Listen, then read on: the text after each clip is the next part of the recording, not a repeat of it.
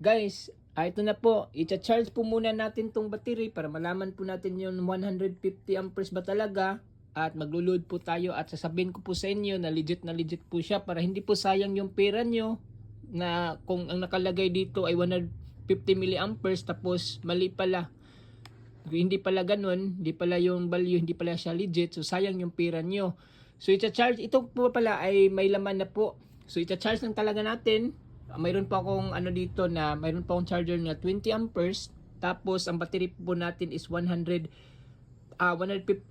milliamperes equivalent sa 150 amperes 12 volts. So guys, ito natin i-divide po natin yung 20 amperes sa 150 dapat sa 7 ito ang total po niya is 7.5. So that is equivalent to 7.5 hours po guys. So isa-charge po natin yan ng 7.5 hours guys. So time check po tayo kung ano pong oras ngayon. Time check is 7:13 po guys. So dapat 7 hours po natin yan. Mga almost 7 o'clock po natin yan ano.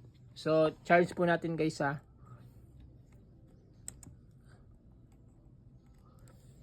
Ayan po. So start natin na para makita niyo po na may kuryente po siya. Wait, wala 12 volts. Set up po niyo sa 12 volts po yung ano niyo. Charger niyo. Yan po oh.